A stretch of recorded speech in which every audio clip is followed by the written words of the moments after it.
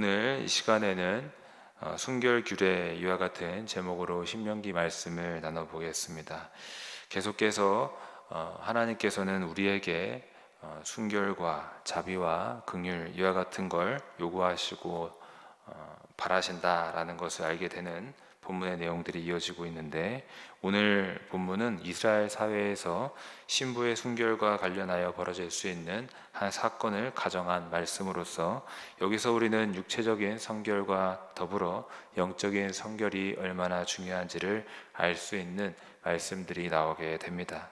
본문의 말씀을 나누면서 우리가 영육간 순결한 삶을 결단하고 나아갈 수 있기를 진심으로 소망하겠습니다. 바로 본문을 읽어보겠습니다. 13절의 말씀입니다. 누구든지 아내를 맞이하여 그에게 들어간 후에 그를 미워하여. 여기 13절을 보시면은 어떤 한 가지 상황이 나옵니다. 어떤 상황인가 보아하니, 아내를 맞이해서 그녀와 동침했지만 그 이후 그녀를 미워하게 된 경우입니다.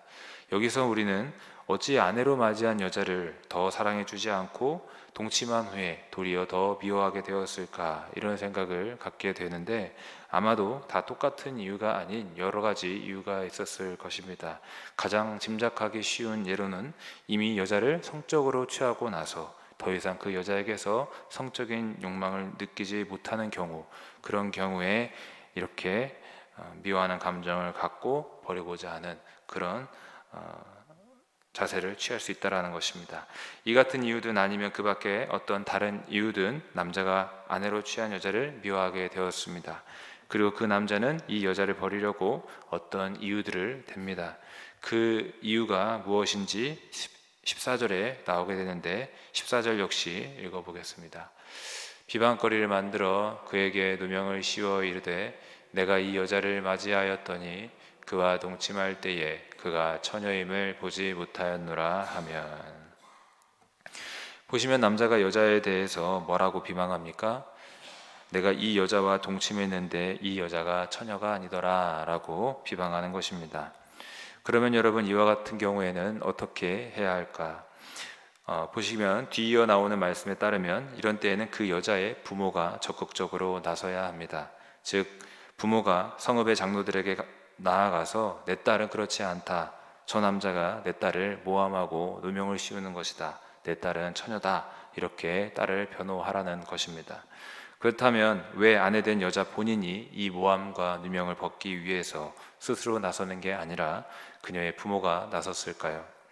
그 이유는 딸의 순결함과 정숙함은 딸 개인의 책임에만 달린 게 아니라 부모의 책임이기도 하다라는 것으로 여겼기 때문입니다. 즉, 다시 말해 자녀의 순결함은 자녀의 몫이기도 하지만은 부모의 몫이기도 하다라는 것입니다.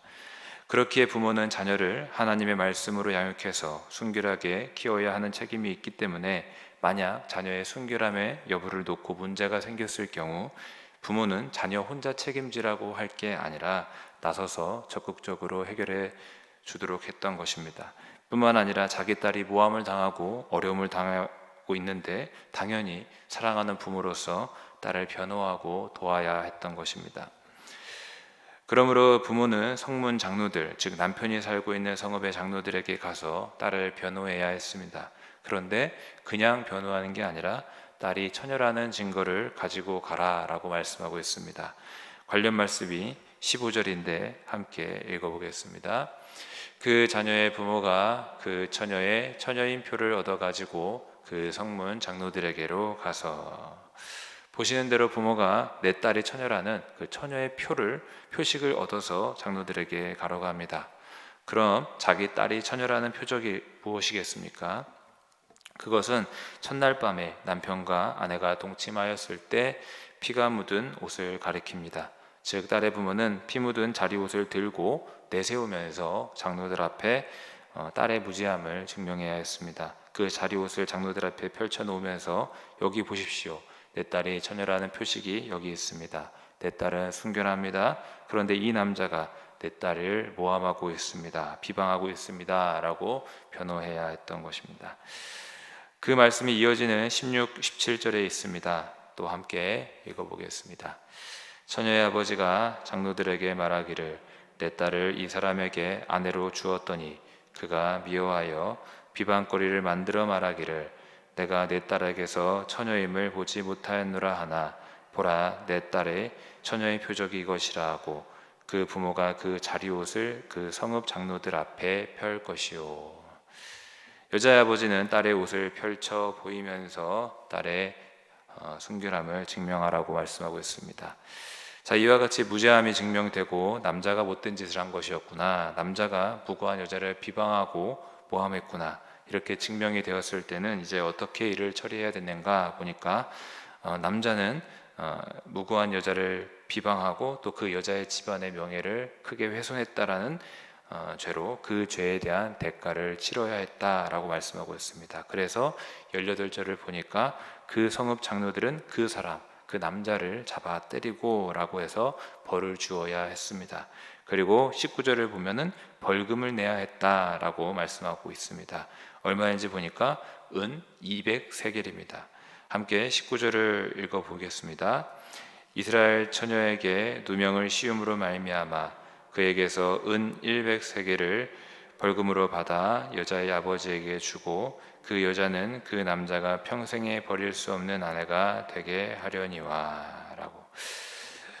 누명을 씌운 죄 은 100세겔의 벌금을 내라고 말씀하고 있습니다. 여기서 은 100세겔은 어떤 정도의 가치가 있을까, 얼마일까?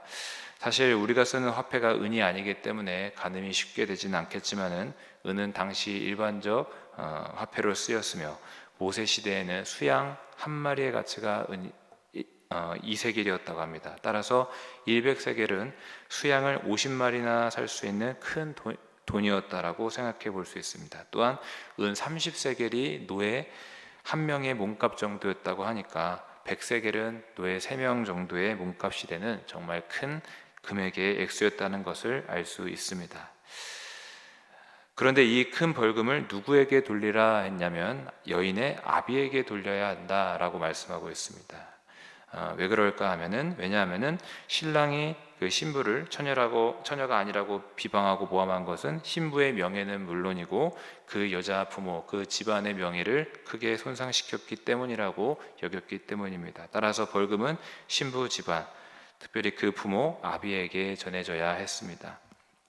뿐만 아니라 또 어떻게 해야 했는가 보니까 19절 하반절에 그 여자는 그 남자가 평생에 버릴 수 없는 아내가 되게 하려니와 라고 해서 여자는 남자가 평생에 버릴 수 없는 아내가 되게 하라고 합니다. 좋아하든 미워하든 앞으로 절대 그 결혼 관계를 파기할 수 없다라는 것입니다. 여러분, 우리가 이 규례를 보면서 느끼는 것은 무엇입니까? 여자의 입장에서는 이런 억울한 일에 휘말리지 않도록 자신의 순결함을 지키라는 의미도 있겠지만은 남자가 여자를 함부로 억울하게 만드는 그런 죄를 범해서 안 된다라는 의미도 있습니다. 남자들이 그저 자기 성적인 욕구가 다 채워졌고 이제는 식었다 하면서 이 여자가 필요 없다고 버리는 그런 이기적인 행동, 그것을 막기 위함이었다라는 것입니다. 그런데 이제 본문에 나머지 20절, 21절을 보면은 앞의 상황과 좀 다른 상황이 나오게 됩니다. 어떤 상황이냐면 여자의 순결함이 증명이 되는 경우가 아니라 남자의 말이 사실일 경우가 있습니다. 즉 여자의 처녀의 표가 없는 경우입니다. 20절을 읽어보면 그 일이 참되어 그 처녀에게 처녀의 표적이 없거든 이라고 말합니다. 다시 말해 남자의 말이 맞고 부모가 자기 딸이 처녀였다라는 표를 증거물로 제시하지 못하는 경우가 있습니다.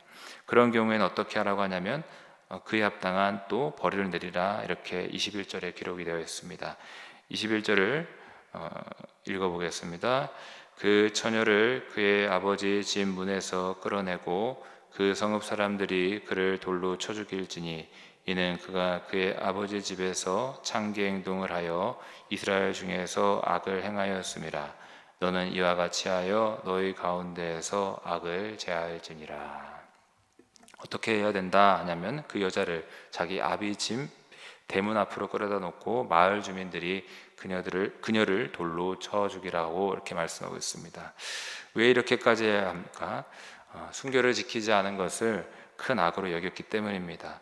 21절의 표현에 나오는 바 그녀의 순결하지 못함을 창기의 행동이라 이렇게 표현한 것으로 보아서 순결치 않음을 큰 죄로 여겼고, 따라서 다른 이스라엘 백성들도 그같이 하지 못하도록 그 여자를 심판해야 했다는 것입니다. 이 규례는 어찌 보면은 참 가혹하다라는 생각도 들게 됩니다. 그렇지만 육체의 순결은 참 중요한 것입니다.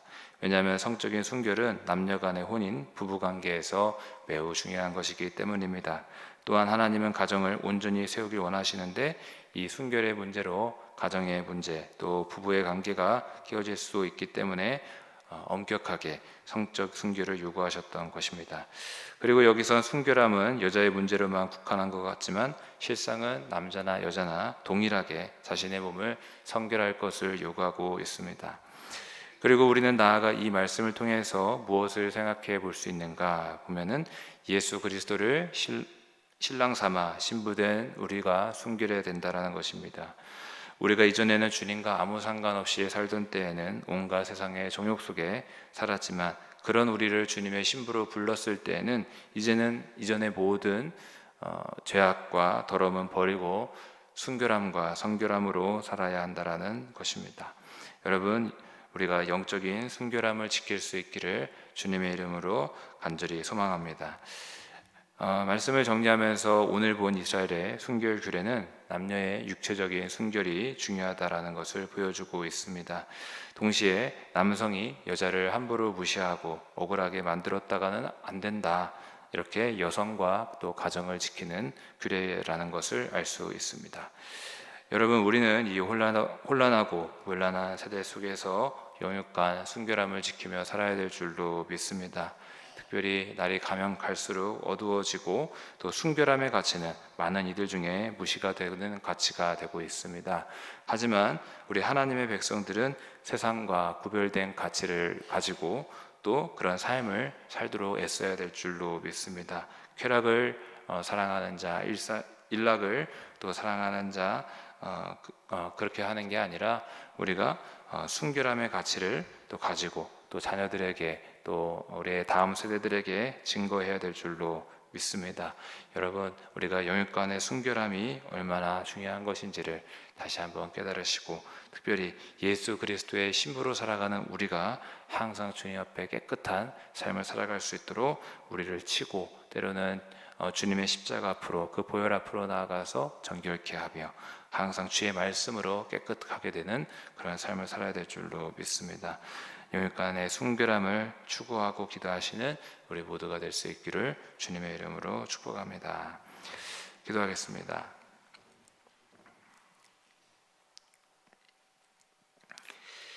살아계신 하나님, 감사합니다. 우리가 항상 영육간에 성결하고 주의 백성답게 순결한 삶을 살아갈 수 있도록 도와주시옵소서.